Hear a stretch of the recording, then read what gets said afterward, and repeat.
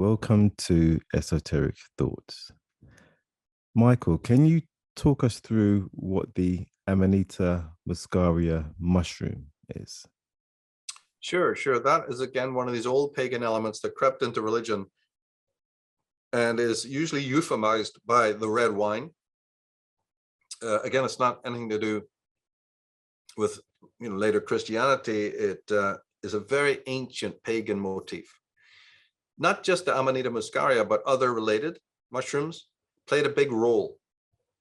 My feeling, I wrote two books, two volumes called The Trees of Life, to expound upon this. And my thought is really it comes from the female cults, actually. It's a remnant of that. And I show the pictures in there to show you the female goddess, or priestess holding what obviously appears to be mushrooms, you see. So, and many churches are designed on it. Many of the headgear that you see being used, when you see a turban, for instance, in the East, a turban is a mushroom. Because there was in our history, going back to say the Neolithic times, mushrooms played an enormous role in religion. Some people could say it is the primary role. I don't go that far because we have to factor in the stellar cult as well, their origins. But it was really called the cult of Dionysus. And even though that's a male name, don't be fooled by that. The cult of Dionysus is a subset of a much more powerful and ancient female cult that nobody wants to talk about. So I've written books and done websites on that.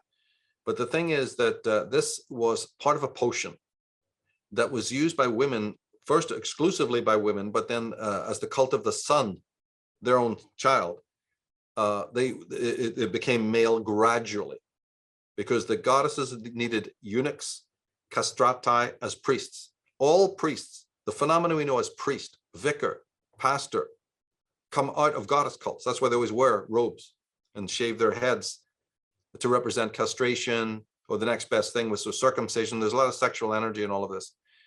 And so the potions that were made for these out-of-body experiences is part of a pharmacopoeia.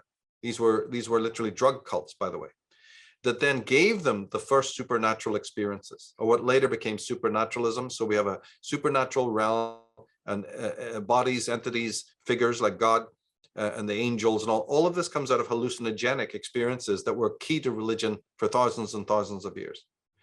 And because women, some priestesses of this cult, of Astarte, of Asherah, 100 others, Isis, whatever you want, they took so much of this potion, the soma, that they gave birth to special children.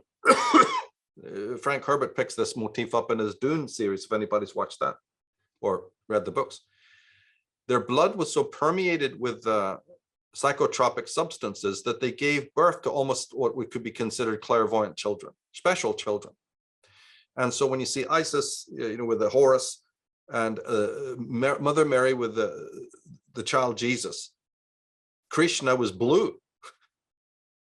And many accounts of the Buddha show that they were blue colored. Shiva was blue. In the Arthurian myths, Percival, I think it was, or Tristram, I can't remember which, were considered, they call him piebald. You got the green man. All of this is cunning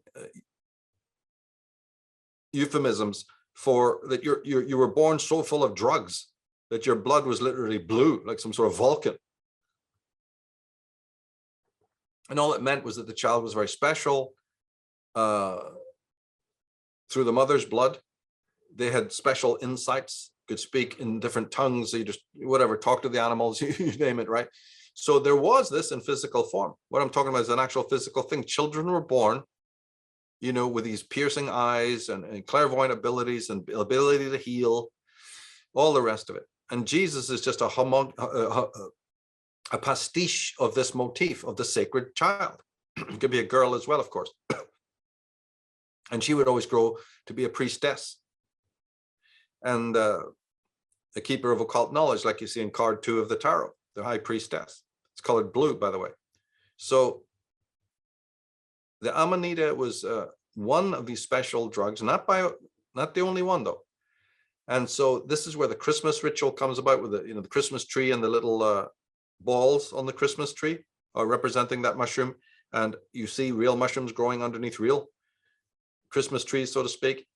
And so there was a way to process the psychotropic substances. This was known in ancient times.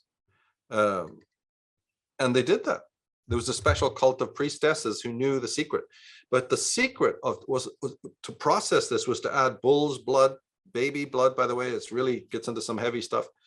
And cobra venom. If it wasn't cobra, it'll be some other kind of, this was known. The Native American Indians always did this as well. And various other substances. It's a real witch's brew, right? But it also involved precise astrology, because you didn't drink the soma, you didn't drink these elixirs until particular important conjunctions. And that's where, the proof came in that it was women who were doing this, because they would choose conjunctions with the planet Venus. And, it became quite obvious that this is indeed a female cult, and later only moved out. And so where we get it is, the chalice, the Eucharist, the drinking of the blood of Christ. Well, it's the blood of Dionysus, and Dionysus is the child of the goddess. So it's ultimately a goddess. And the guy who's giving it to you is giving it to you dressed in total female robes. The whole thing is so transparent when you finally get into it. And it's meant to simulate, right? Especially the Eucharist, when you put the blood and then you drink the wine, the bread, sorry, the little circlet. The circlet was always a symbol of the goddess Cybele. So in eating the bread and drinking the wine is a hallucinogenic. It's mockery of a hallucinogenic. And I put all the facts of this into the Trees of Life double volume. And today in the hippie movements, this has never gone away. This cult who pervade this are fabulously wealthy, and they're still operating in our society today. Hence, but see, where they are today, you see them every day in a place called a hospital. The symbolism, if you know how to look at it, the serpent, especially the serpent on the staff. So these guys are the origin of a cult that became so utterly rich and famous and popular that we know them today as the medics. So this is by no means a story that is over. They've just done a lot more human experimentation, blasted it out of our brains, and they